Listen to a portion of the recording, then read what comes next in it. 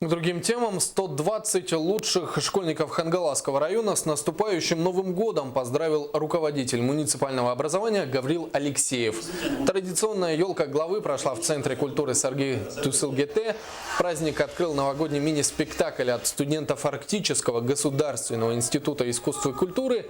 Затем были названы победители по 5 различным номинациям, в том числе «Спортсмен года», «Эрудит года» и «Лидер года».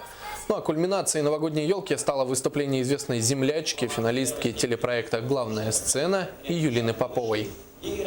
Я верю в будущее наших детей, нашего Хангаласского области, и уверен, что они будут достойно представлять будущее нашего Хангаласского района не только на уровне республики, но и на уровне Российской Федерации.